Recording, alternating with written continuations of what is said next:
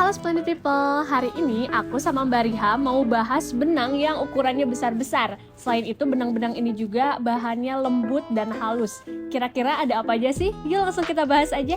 Yang pertama ada benang chenille. Nah, fun fact, chenille itu berasal dari bahasa Prancis yang artinya ulat. Nah, meskipun bahan yang paling populer digunakan untuk chenille itu adalah katun, chenille juga bisa dibuat dari sutra, rayon, wool, ataupun campuran dari bahan-bahan tadi. Setiap campuran dari bahan-bahan yang digunakan itu nantinya bakal mempengaruhi penampilan dari benang chenille itu sendiri. Tapi sekarang ini chenille juga banyak yang dibuat dari bahan akrilik karena lebih terjangkau juga. Kelebihan dari benang chenille ini, dia itu bahannya lembut banget, jadi cocok untuk dibuat seperti selimut, bantal, ataupun boneka. Tapi kekurangannya, kadang chenille ini kalau ditarik dia itu gampang hancur. Nah, kalau kamu mau merajut menggunakan benang chenille jumbo ini, kamu bisa pakai hakpen yang jumbo juga, ukurannya 20 mm, atau kamu juga bisa pakai tangan dengan metode hand knitting.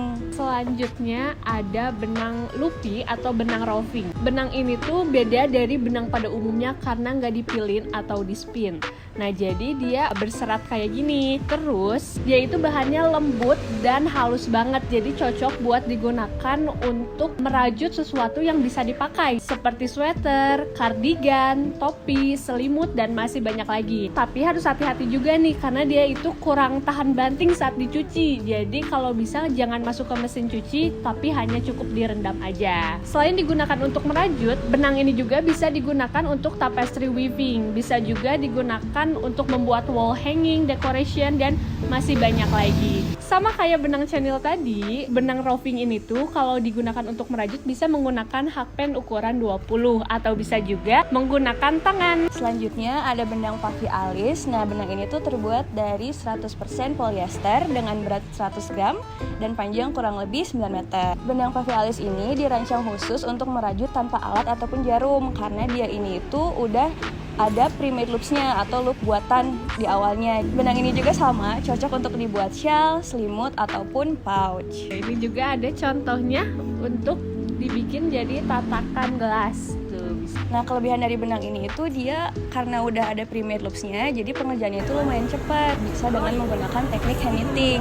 Dia juga cocok untuk anak-anak. Nah, ini juga bisa dilihat ada dua ukuran. Yang ini lebih kecil loopnya, terus yang satu lagi lebih besar. Tapi minus dari benang puffy alis ini, dia itu karena udah ada loop buatannya, jadi dia tuh kalau dibandingkan dengan benang lain gak bisa kita bentuk macem-macem. Jadi kita cuma bisa mengikuti loop yang udah ada. Selanjutnya ada benang yang cukup populer nih, yaitu benang cangki.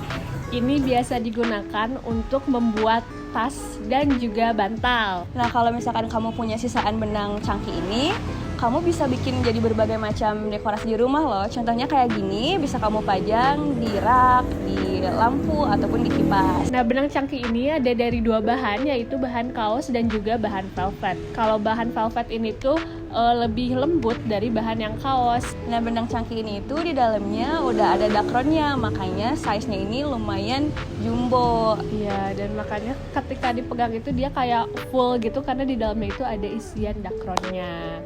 Nah, itu dia beberapa benang dengan ukuran besar yang bisa bikin kamu merajut dengan cepat.